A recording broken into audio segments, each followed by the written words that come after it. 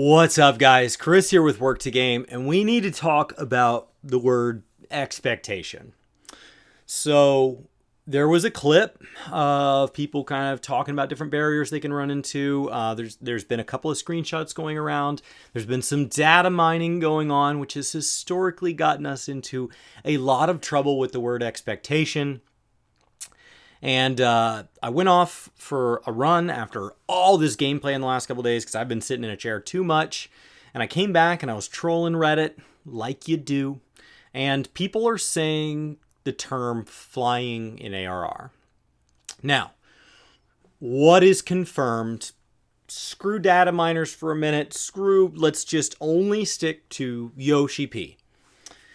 There is confirmation that we are getting an ARR story squish targeted for patch 5.3. This is meant to coincide with adding the remaining section of New Game Plus for ARR that is missing, because right now we have Heavensward and Forward. They've gone back. They're starting to add things like Alliance Raids. They've expressed interest in making sure that you can do every job quest, every major quest that you kind of rush through to get to content sometimes. They want to add, because sometimes you get to the other side and you realize that if you'd known it was going to be this good, you wish you hadn't skipped it. Kind of like meeting somebody in passing on a really busy day and you don't catch their name, and then all of a sudden that person's in your life all the time and you're like, wow, I really regret not taking the shake your hand part a little more seriously. And so that chance to go back, that's what New Game Plus is there for. And until it adds experience, that's all it's for. I don't know that it would ever add experience. That's wild speculation. They have not expressed that. There is not meant to be a reward. As of now, it is what it is. Now, we're seeing people data mine, and we're seeing people run into barriers. And we're seeing screenshots of Limsa. So Limsa Laminsa used to look like it was melting. That's the term typically thrown out there. When this game ran on PS3s. So the draw distance was what it was, and the way that it did things at those distances. And as we've gone back, as we go back to old zones to do the squish, so they're working in those zones, as we add things like ocean fishing, where you view the world in a different way, and it's meant to be this scenic, beautiful thing. They have gone back and updated textures, and I assume they're all over the place, but Limsa is the one that people are noticing. That Limsa in the distance looks way better. Are we getting flying? I mean, that's the question. So when you set expectations, like you wear a Bugs Bunny t-shirt to hint that we're getting Viera, and Bugs is a guy, and everybody goes, we're getting Viera, I'm going to play a bunny boy, and you don't confirm otherwise, hype spirals out of control. You get a No Man's Sky, Fallout 76, Anthem-style thing where people want this to be the be-all, end-all, and then when it is anything but that, there is this immediate, I'm going to quit the game if there aren't male bunnies, but there weren't any bunnies before, and you were fine, and there was no promise of bunnies. There was no hint at bunnies, so you couldn't have been like, I've been playing since 2.0, knowing they would add Viera. You couldn't have known that. So the only time there was disappointment was when there was expectations introduced. When there was no gap between reality and expectations, because there had been no expectations. If they had never told us they were adding races, ever, and then we'd just gotten female Viera, it could have been different. I don't know. Maybe it wouldn't be. I don't know. Maybe every time you add a gender, if you don't add the other gender, there are going to be people that quit. I don't know. But that expectation there, that was set by the team communicating one thing and not communicating another. They have never mentioned that we're going to fly in old zones. When asked about it, they have never explained it. As a matter of fact, anytime a question even borderlines that level of rebuilding old content, even things like, can you add trusts to old content? Anything even in the realm of reworking something from before, the answer has been, we cannot because of technical limitations, but if there is an overwhelming player interest in it, we would consider looking into it further, but it might just be impossible due to technical limitations. The term spaghetti code gets thrown around a lot. This game didn't function in 1.0 in a commercially viable way, and they rebuilt it on a limited budget in 2.0, not knowing if they would succeed. Most relaunches of failed games don't. And so they did what they could, and then it turned out to be a wild success. And that shaky foundation that only got so much funding because there isn't a history of every relaunch of every game ever succeeding unfortunately left some areas where they've had to build things on shaky foundations, and they've gone back over time, and they've gone back and they've improved the code base. Our companions have been recoded. I think that was in like 4.4 that we had a major rework to the way your chocobo works, and we haven't gotten any content based on that, but they've opened up the door that if they want to add content to that, there might be things possible now that wouldn't have been before that rework. And those are sometimes in the patch notes or things like that. They're not something we talk a lot about because technical isn't the fun part. You look at the content. You look at the content. You know, when we talk about World of Warcraft on this channel, Cataclysm was the big rework. It was the big code thing. And when you say Cataclysm was incredible for World of Warcraft, people go back and they're like, well, I didn't like the raid, or I didn't like Firelands, or I didn't like the way my class played. That's not what we're talking about. But since that is the majority of the conversation, it's easy to see why it goes that way.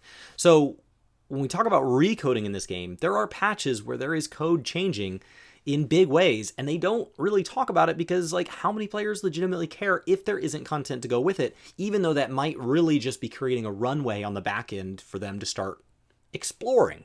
They don't even have to use it, just the ability. Right now, when in a brainstorming session that comes up, it might get shut down because it's impossible. And just opening doors is nice. It's nice to know that they're building the game they want to because they can, and not, oh, well, we wanted to do a thing and we couldn't because of technical limitations. I want them to be limited by what they want to do and what's fun, not by technical limitations, which means they have to recode a lot of things to get to that point, if that's something they want. So, you know, this post was titled, like, Flying in ARR, but I don't see where it's even reasonable to put this out there. If you want to talk about it with your friends in the bar or in the game or in your Discord chat or at school or wherever, go nuts. But going out to forums and going out to places like this and having a conversation, anything outside of setting expectations where we start to get excited, is really dangerous, especially in this community, having seen what happens when even a rumor gets out about something being a certain way and then it doesn't turn out that way. It's why you see them moving further and further from telling us about class changes until basically the patch notes. And I think that's a good thing.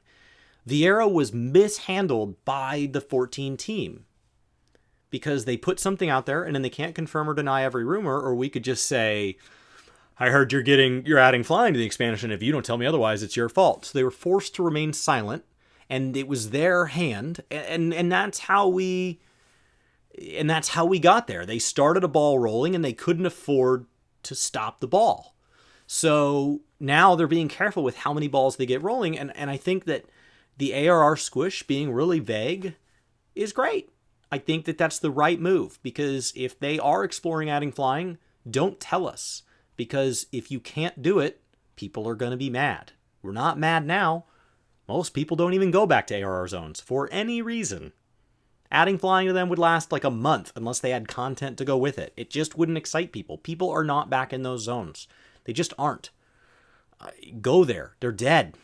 They just aren't. Unless there's an event or something going on, they're dead zones. Compared to going to Lakeland and grabbing a Fate, you might actually have somebody join you.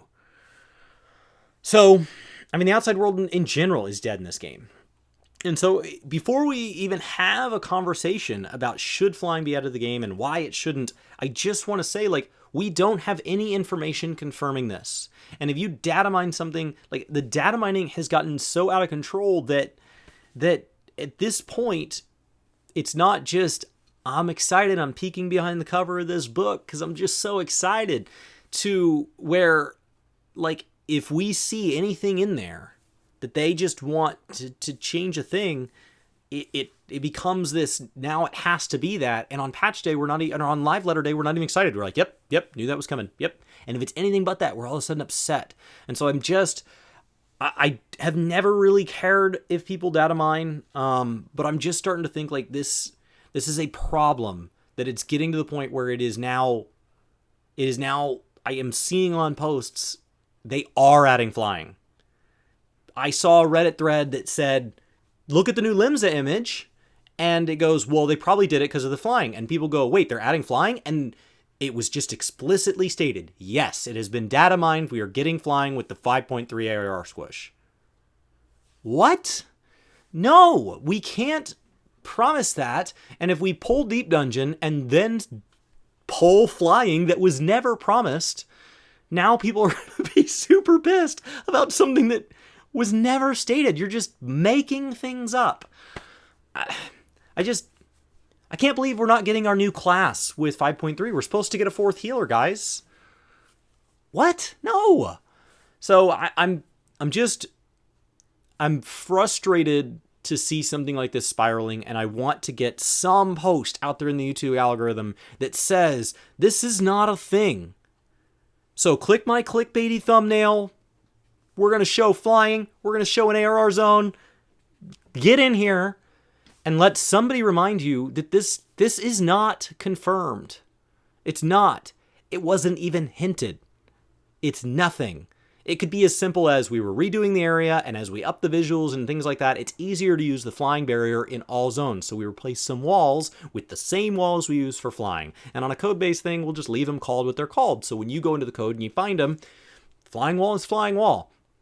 It's just the same wall. Maybe they were already using them in Eureka. I don't know. And you can't fly in all zones at all times, and yet it might just be easier to do that. Maybe they were using them in places we can't fly, like Kugane.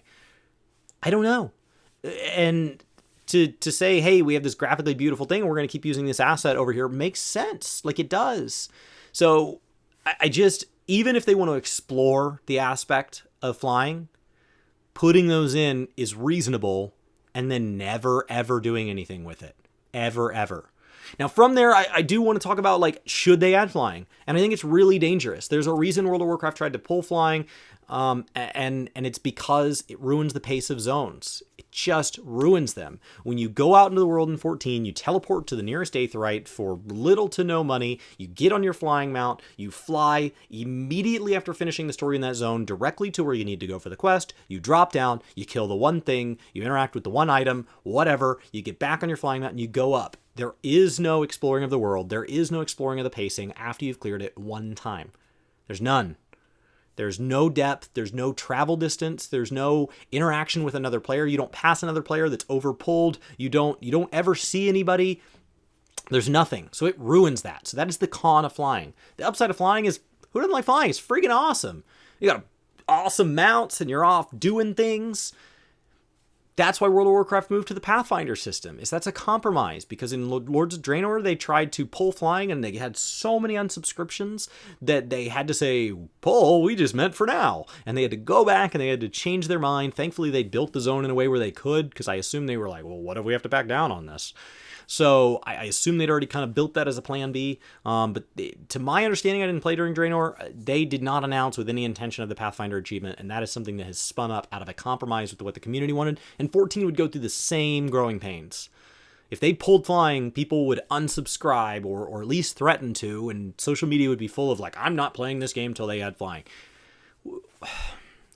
But when you add flying, you ruin things. You ruin the size of the world. So like, if the world they want to give us in the next expansion requires that you're not flying to enjoy it, cool. Like, flying's just a tool. And so like, if they need to remove that tool to get us to an experience that they want to deliver, I'm fine with that. If they don't just pull it to pull it, don't pull it from existing zones. Like, there are existing zones where flying is like basically required to navigate them. But going back and adding them to ARR in the way ARR is position now doesn't make sense. I bet the tops of those rendered mountains and stuff are not rendered, so already you would have to go back and do a ton of asset adding. World of Warcraft talked about how in some of the zones they hadn't put in any textures for the tops of trees because there was nowhere you could see the tops of trees. So like, they looked good from the bottom, and when you went up, they just like got weirdly like transparent and stuff because there was just missing textures. And so it creates a ton of work. For what? And so like, unless they're going to go back and they're going to say, okay, now there's these little like floating islands in Thanalan that you can get to, or like these little like plateaus or whatever that you can get to once you have flying, and that's where in-game stuff is, or whatever. Like, unless they're going to go put something there that justifies it, I don't really know what we're gaining by them adding flying to old zones. It's not like WoW where you have to transport through them, because we have an Aetheryte system. The transportation in this game doesn't rely so heavily on being mounted. Most of the time you're not on your mount, you're just teleporting place to place to place to place. That's how majority of your transport's doing. Sometimes you're even teleporting, like you're in the zone and you teleport to the other side just to save on time. So like flying is just not as required here. So I don't see the benefit of adding it to old zones unless there's going to be content to go with it, unless it opens the door in some design capacity. So I just wanted to kind of dump in at the end of this, like my thoughts on should they add flying to ARR, because I don't see a reason to unless there's something to go with it, unless there's going to be an experience tied to that. But that's it, guys. I just wanted to touch on all of that. Thank you so much. This is all coming off the wonderful positivity of 5.2. I just wanted to get in front of this one. My name's Chris with Work to Game. I hope you guys have a fantastic day, and I'll see you next time.